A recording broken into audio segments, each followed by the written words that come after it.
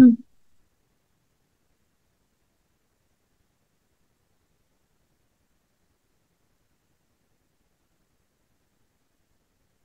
Baik, Assalamualaikum warahmatullahi wabarakatuh. Yang terhormat kepada Ibu Wahyuni Satria Dewi, SPD MPD, dan Bu Hayu Yumna, MPD selaku dosen pengampu mata kuliah analisis fisika MA. Baik, pada kesempatan kali ini kami dari kelompok 6 akan mempresentasikan materi terkait analisis materi terkait dinamika gerak partikel.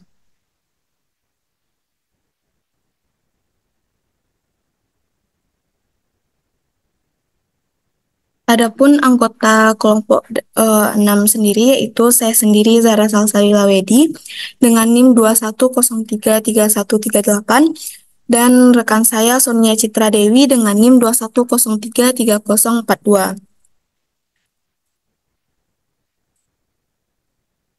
Baik, untuk yang pertama yaitu terkait dengan analisis dari tujuan instruksional, yang mana pada analisis tujuan instruksional ini terdapat yang pertama yaitu mengenai capaian pembelajaran, yang mana capaian pembelajaran pada materi dinamika gerak partikel ini, yang mana peserta didik mampu menerapkan konsep dan prinsip vektor, kinematika, dan dinamika gerak, fluida, gejala gelombang bunyi, dan gelombang cahaya dalam menyelesaikan masalah. Nah, adapun tujuan dari pembelajarannya yaitu menjelaskan sifat kelembaban suatu benda, mengaplikasikan persamaan hukum Newton dalam menyelesaikan masalah, serta mendeskripsikan beberapa jenis gaya. Selanjutnya yaitu alur tujuan pembelajaran pada materi dinamika gerak partikel. Yang mana yang pertama yaitu mengidentifikasi gaya berat, gaya gesek, gaya sentripetal, dan gaya gravitasi yang merupakan karakteristik dari dinamika gerak lurus. Selanjutnya yang kedua yaitu menganalisis konsep dan prinsip dinamika gerak lurus dalam menyelesaikan berbagai masalah dalam kehidupan sehari-hari. Adapun alur yang ketiga yaitu memahami konsep gesekan melalui percobaan dan penalaran dan mampu memprediksi berdasarkan hasil observasi. Selanjutnya yaitu merumuskan permasalahan yang ada untuk menyelesaikan masalah dalam dinamika gerak lurus. Selanjutnya yaitu yang kelima, menunjukkan pemahaman kualitatif tentang gaya berat, gaya sentripetal, gaya gravitasi dengan menggunakan hukum Newton tentang dinamika gerak lurus. Selanjutnya yang keenam yaitu menghubungkan hukum-hukum Kepler tentang planet dengan hukum-hukum gerak Newton. Selanjutnya yaitu adapun indikator tujuan pembelajaran pada materi dinamika gerak partikel ini, yang pertama yaitu menjelaskan sifat kelembaban suatu benda, yang mana ini termasuk kepada C2. Selanjutnya, merancang persamaan hukum Newton dalam menyelesaikan suatu permasalahan, yang mana ini juga termasuk kepada C6. Selanjutnya, mengidentifikasikan gaya sebagai perubahan momentum terhadap waktu pada masalah sehari-hari. Ini merupakan bagian dari C2. Indikator selanjutnya yaitu mengimplementasikan gaya berat, gaya normal, dan gaya gesek dalam masalah sehari-hari, yang mana ini termasuk ke dalam C3. Selanjutnya, mengimplementasikan efek gaya hambat udara pada benda jatuh bebas di medan gravitasi yang seragam, yang ini termasuk kepada C3. Selanjutnya yaitu membuktikan konsep hukum kekekalan momentum pada fenomena sehari-hari, yang mana ini termasuk kepada C5. Selanjutnya, analisis materi pada dinamika gerak partikel, yang mana terdapat beberapa fakta pada dinamika gerak partikel ini. Fakta pertama yaitu pada saat mobil melaju dengan kecepatan tetap atau dengan kecepatan konstan, maka tubuh penumpang yang berada dalam ke dalam kendaraan itu akan tetap bergerak ke depan. Nah, maka dari itu penumpang bisa duduk dengan nyaman. Nah, selanjutnya yaitu saat pengemudi mengerem laju mobil secara mendadak atau tiba-tiba, maka kendaraan berhenti. Nah, tubuh penumpang akan mempertahankan posisi gerak ke depan. Adapun fakta selanjutnya yaitu ketika seorang terjun payung meluncur dari pesawat, nah maka gaya hambat udara sangat signifikan dalam memperlambat laju penurunan turunnya sehingga menyediakan pengalaman terjun payung yang aman.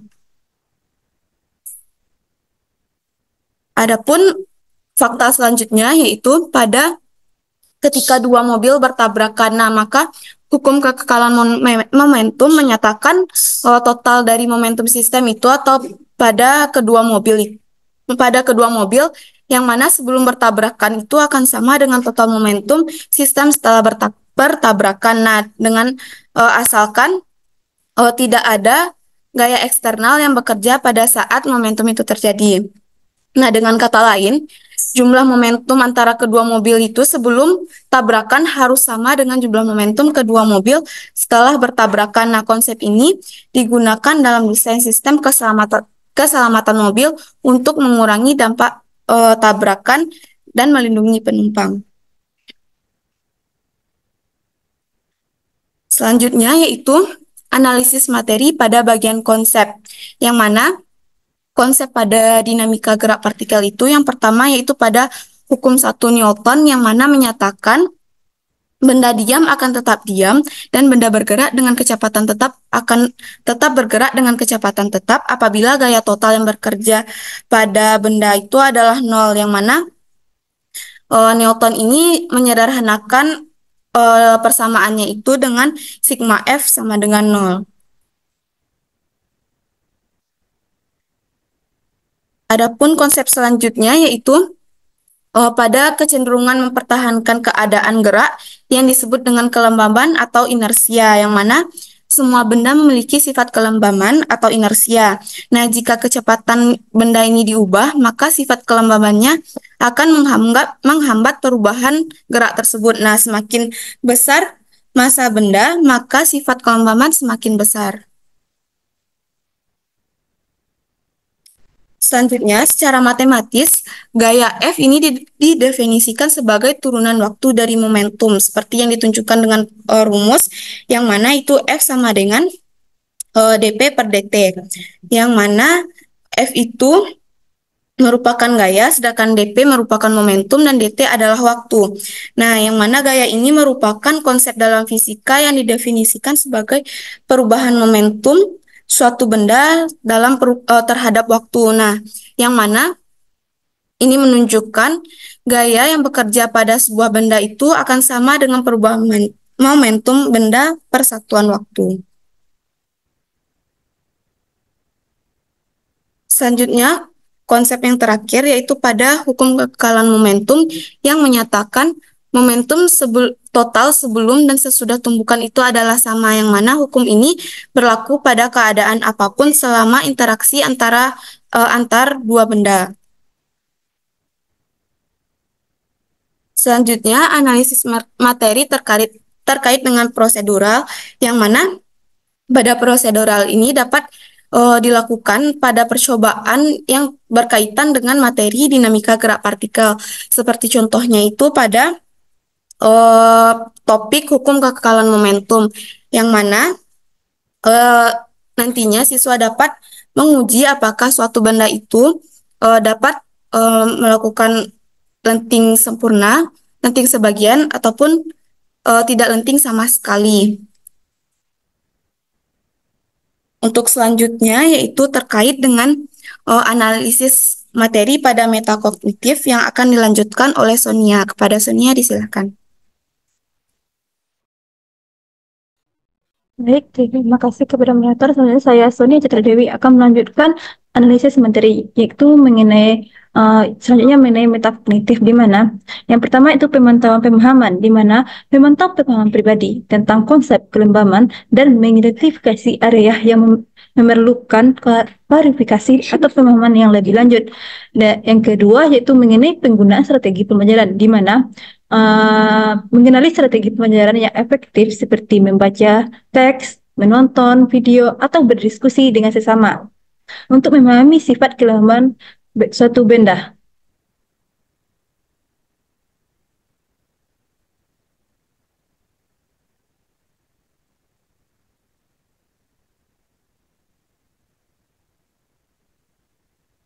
Selanjutnya itu mengenai refleksi dan kesulitan, di mana merefleksikan kesulitan yang mungkin dialami dalam memahami konsep kelemahan dan mencari cara untuk mengatasinya seperti dengan meminta bantuan tambahan dari guru atau rekan sebaya.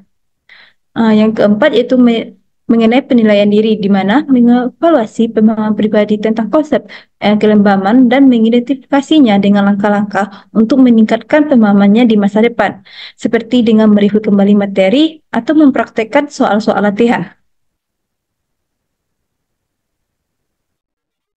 Yang kelima yaitu mengenai pemahaman konsep yang lebih diperdalam, di mana dapat kita mengetahui bahwa kelembaman adalah konsep fundamental dalam fisika dan dapat mempengaruhi berbagai aspek dalam ilmu tersebut, dan kemudian mencari cara untuk mengaitkannya dengan konsep tersebut dengan konsep-konsep fisika lainnya.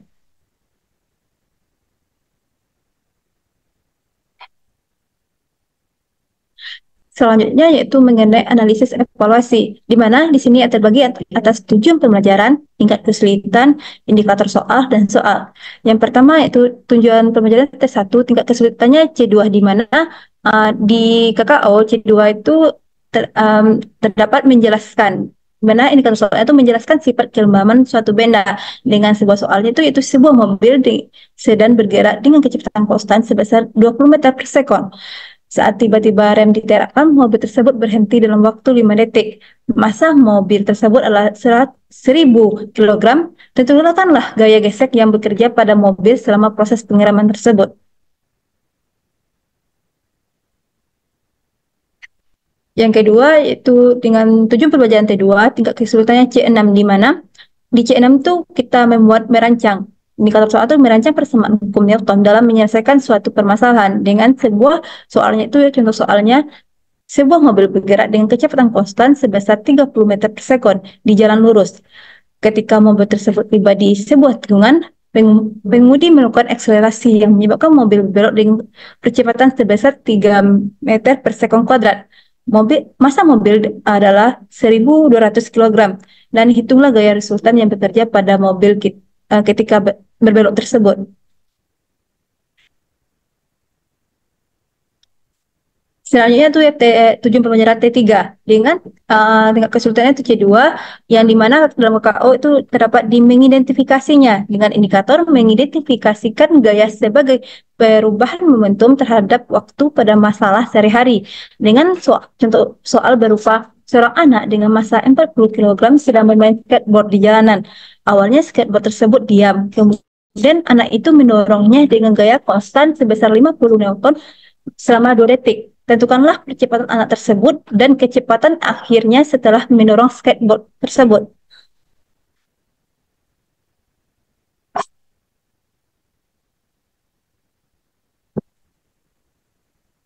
Selanjutnya, tujuh pembelajaran dengan T4 dengan tingkat kesulitannya C3, yaitu dengan dalam KKO yaitu dalam mengimplementasikannya dengan indikator soal, yaitu mengimplementasikan persamaan gaya berat, gaya normal, dan gaya gesek dalam masalah sehari-hari. Dengan contoh soal berupa seorang petugas pemadam kebakaran sedang menarik sebuah tabung pemadam kebakaran berbentuk silinder dengan gaya F tarik. Tabung tersebut diletakkan di atas permukaan jalan yang rata. Saat menariknya, gaya gesekan antara tabung dengan permukaan jalan adalah F gesek, di mana berat tabung tersebut adalah W, dan gaya normal yang diberikan oleh permukaan jalan ke tabung adalah, tentukanlah dengan yang pertama soal itu persamaan untuk gaya berat W, 2 persamaan untuk gaya normal N, yang ketiga persamaan untuk gaya gesek F gesek dalam konteks ini.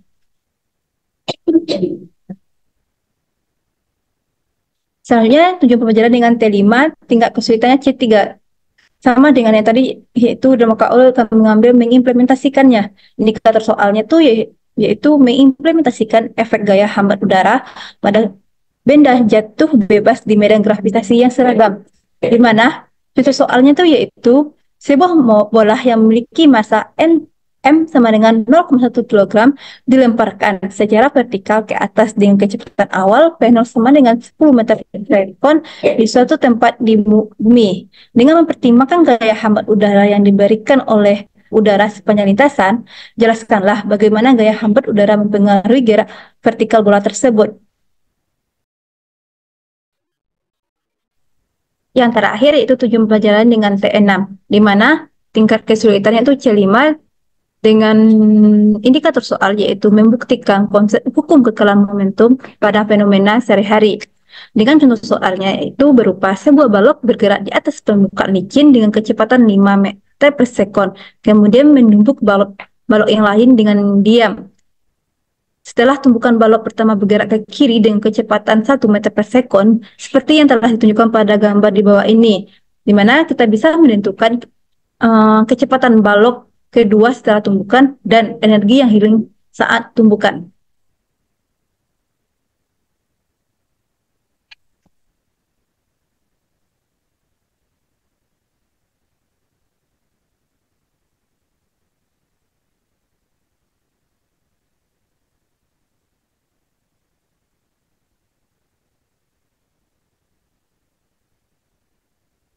Selanjutnya itu mengenai analisis miskonsepsi, di mana yang pertama kami Bagas mendorong sebuah lemari di lantai kasar, namun lemari tersebut tidak bergerak sama sekali. Manakah pertanyaan yang benar tentang peristiwa ini? Sebagian besar siswa menjawab gaya dorong kecil lebih kecil dari gaya gesek lemari dan lantai. Dan pendapat kedua, gaya dorong lebih kecil atau sama dengan gaya gesek lemari dan lantai. Hal ini dikarenakan karena siswa beranggapan bahwa gaya dorong yang diberikan orang yang sangat kecil sehingga tidak cukup membuat lemari bergerak. Padahal jika gaya dorong lebih kecil dari gaya gesekan, maka lemari akan bergerak berlawanan arah dengan gaya dorong. Hal ini tidak terjadi. Oleh sebab itu, pada kasus ini berlakulah hukum satu Newton, di mana resultan gaya yang bekerja antara orang dan lemari harus nol. Artinya gaya dorong sama dengan gaya gesek lemari dan lantai.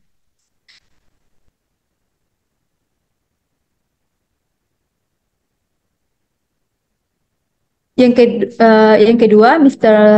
Newton sedang duduk di bawah pohon apel. Tiba-tiba sebuah apel mengenai kepalanya dan jatuh ke tanah.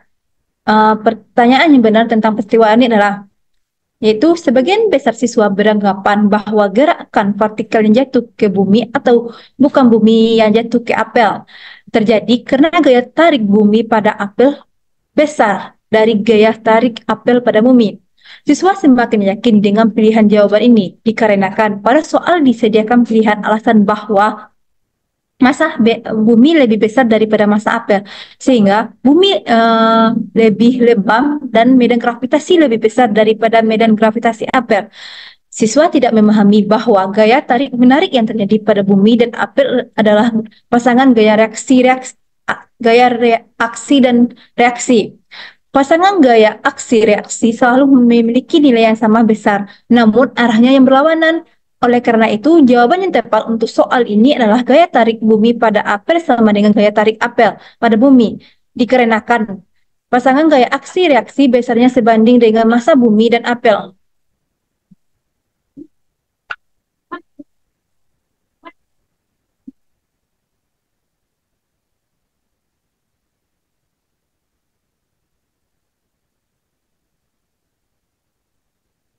Yang terakhir yaitu seorang penari balet mula-mulanya berputar dengan merentang tangannya.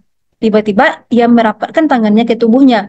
Bila gesekan udara diabaikan, bagaimana putaran penari tersebut? Dengan analisis miskonsepsi dan fakta sebenarnya, konsep diyakini oleh sebagian besar siswa adalah putaran penari setelah merapatnya tangan menjadi lebih cepat karena momentum sudut orang tersebut berkurang. Sebagian yang lain menjawab putaran penari menjawab lebih cepat dikarenakan sudut bertambah. Sebagian siswa yang lain menjawab putaran penari menjadi lebih lambat karena siswa menganggap momentum sudut penari tersebut berkurang.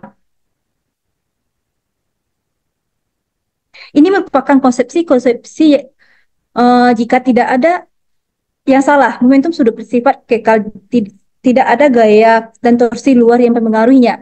Saat penari merapatkan tangannya, maka jari-jari putaran menjadi lebih kecil, sehingga momen inersia penari juga lebih kecil. Karena momentum sudut kekal, maka secara otomatis kecepatan sudut akan bertambah. Oleh karena itu, jawaban yang tepat untuk soal ini adalah putaran penari menjadi lebih cepat karena momentum sudut tetap. Sekian, terima kasih. Saya kembalikan lagi ke moderator. Baik, mungkin sekian pemaparan materi dari kelompok kami. Mohon maaf jika terdapat kesalahan kata dalam penyampaian. Selanjutnya, untuk diskusi, kritik saran dan penambahan materi, teman-teman bisa menambahkan pada e-learning yang telah disediakan oleh Ibu.